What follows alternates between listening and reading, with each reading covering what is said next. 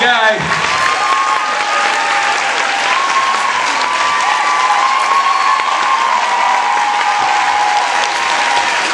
This lady had a question for Bob Singer.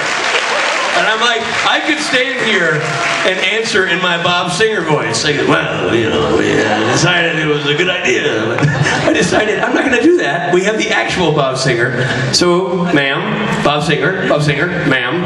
Hi. Crowley often uses an angel blade to kill. Why? They're very effective. They can kill anything.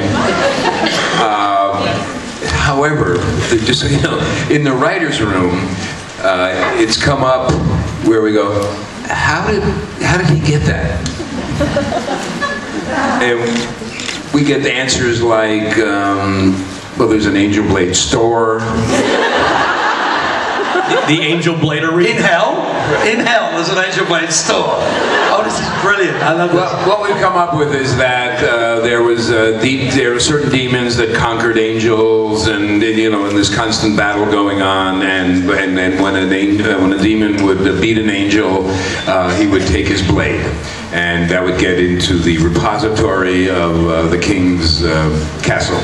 So, kind of like the trunk of the Impala. Very much so, yeah. Or does just the props department doesn't come up with an adequate weapon for demons? Well, there's only one demon blade, and the boys have that, and that's what kills demons, is the demon blade, or an angel blade, which can kill anything. And you're pressing me on this question, and I feel like I want to take an angel blade right now. I feel like we need to play rock, paper, angel blade. Sorry. Yeah, so that's the best I can do for you.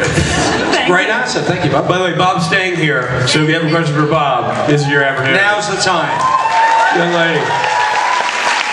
Hi. By the way, Bob just found out he's staying here. You're going to ask me a question that I don't know the answer to. I'm gonna ask it anyway. Okay. Oh boy. Okay, in Dark Side of the Moon, I think it's Roy and Walt. They kill Sam and then they kill Dean. And Dean says, go ahead, when I come back, I'm gonna be pissed. Well, they come back, both Sam and Dean. And what happens to Roy and Walt? Roy is working at a McDonald's in Ames, Iowa. And what's the other guy's name? Walt. Tragically,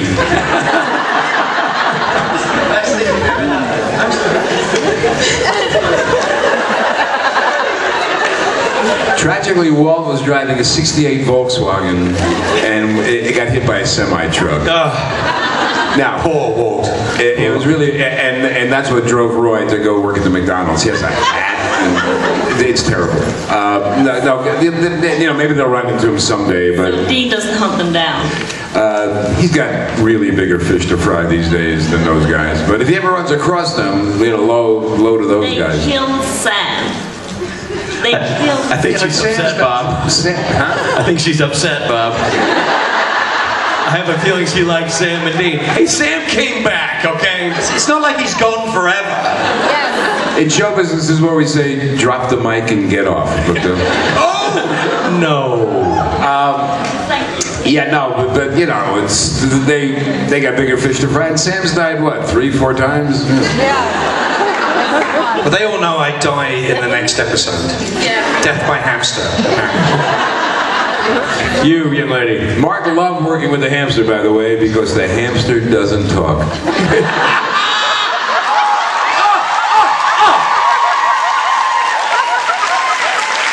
Hold on, am I sensing some fan payback here?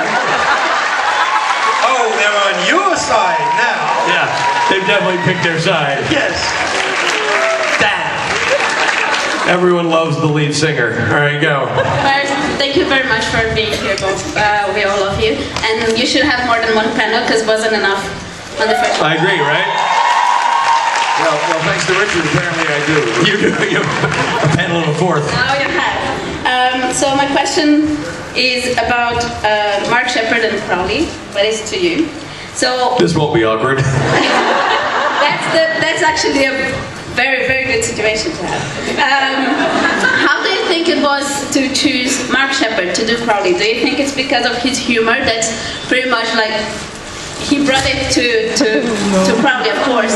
But do you think it's because it would match so much? What do you think?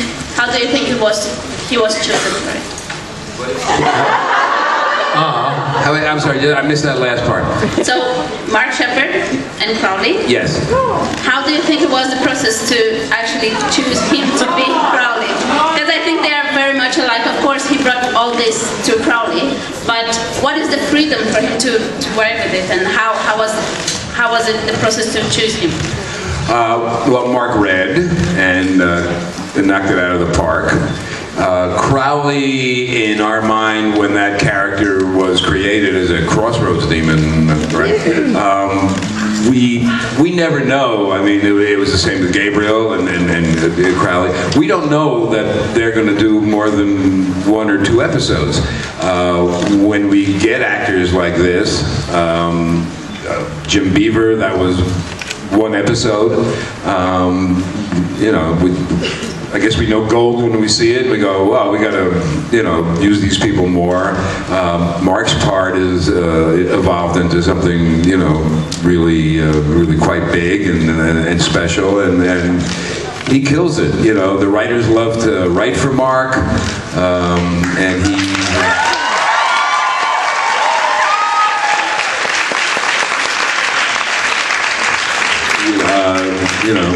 Eugenie has his voice down, just, fantastic, and we always, for Eugenie to go, yeah, that's a good idea for a script, but you got to write Crowley. Because she writes Crowley great, and Mark, he just kills it, and it's just evolved. Gabriel was a one-off. We love Richard. Back he came. When we cast these parts, we don't really know if these characters are going to stick or if they're going to be one. Charlie was 1 episode. We loved her, brought her back. She became a... Easy now. They're not over it yet, Bob. They're really fresh to them. Yesterday that she's gonna come back, so it's fine. Yes, she'll, she's very busy, Felicia. Actually getting her in the last episode she did this season, Felicia was really busy, so we shot episode 21 last to accommodate Felicia's schedule, and had a very short post-production time to actually get that episode on the air in order. We loved Felicia and thought it was absolutely worth it to bend over backwards to make that work. So, it's not like Felicia's sitting home and going, oh, I hope Supernatural's going to call again. She's a really busy... she's doing fine. Yeah, she's doing fine.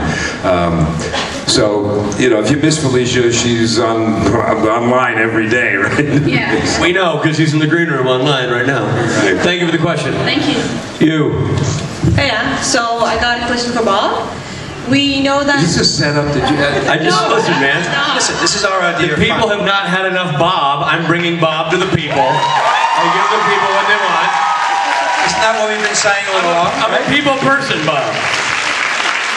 I mean, I wanted to ask Mark what Doctor Who, if he was a doctor, Doctor Who, what he would wear, but that would be it. And that's hypothetical, so let's get a real question. Let's get a real question. But Bob, we know that Jimmy Novak has gone and passed after the meat suit died.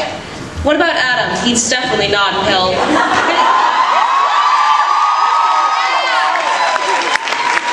Because we did see him get blown up by a Molotov and jelly cocktail, and therefore his soul must be in heaven. Can you confirm that, maybe? Adam's soul is in heaven. You're saying Adam's soul is definitely in heaven? Yeah. Definitely. And you're asking Bob to confirm that Adam is not in hell and he's definitely in heaven because somehow you've worked out that his soul is in heaven.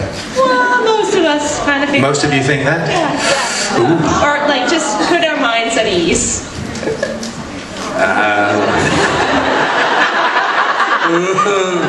I don't think so. Adam was... you guys are going to correct me on this, and you're going to go, don't bring him back. He doesn't know what he's talking about. Adam was a brother the boys never knew. Yeah, the half-brother. Yes. I believe in the mythology for whatever was going to happen to that thing. The brothers had to fight each other, and I believe that he and Lucifer are in the cage together in hell. That's my memory of it. And that's the premise we've been going on for the last 4 or 5 years. So that's what we think. Sorry. Yeah. Bummer. And by the way, you know, we know that's a hanging chat, and we talk about that in the writer's room, you know, are we ever going to break him out of the cage, you know, and if you break him out of the cage, what does that do to Lucifer? And if Lucifer's out of the cage, does he come after Crowley? I mean, all these things are talked about in the writer's room, and, you know, they may come to fruition at some point. Well, I would love to see Pellegrino and Shepard going at it. Would be awesome. That's a hell of a lot to pack into next week's episode. Where I die by hamster and have to go off and do a penguin movie. My question is obviously for Bob. It's been going on that This is the last question. it's been said that there's this theory that Chuck is God, but I remember Castiel grabbing the amulet and saying, "I'm going to go find God, and if I find God, the amulet is going to tell me that he is that I found God." But when Dean is with Chuck, the amulet does nothing. So is Chuck God? And why did he vanish and suddenly show up for his 100th episode? What happened? Will we ever know?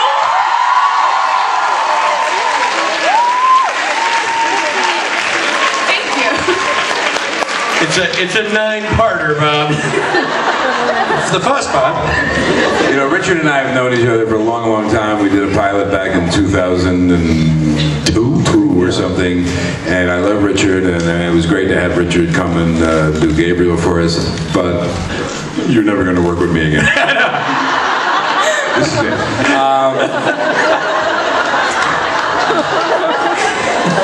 What we always thought was, and I think that was the last episode of season 5, if I'm correct.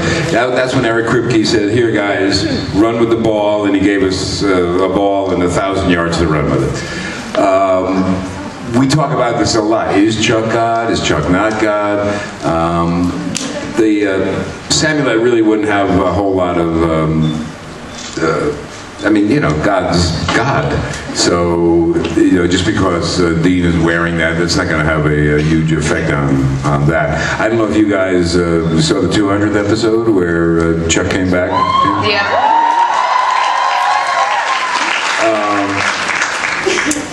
We toy around with this idea a lot, and for next season we haven't really solidified a whole lot of what we're going to do, but we know that we're playing with the darkness and the light, and the good and evil, and a lot of God stuff we're talking about. I always think actually portraying God or having God as a character is kind of a tricky bit of business.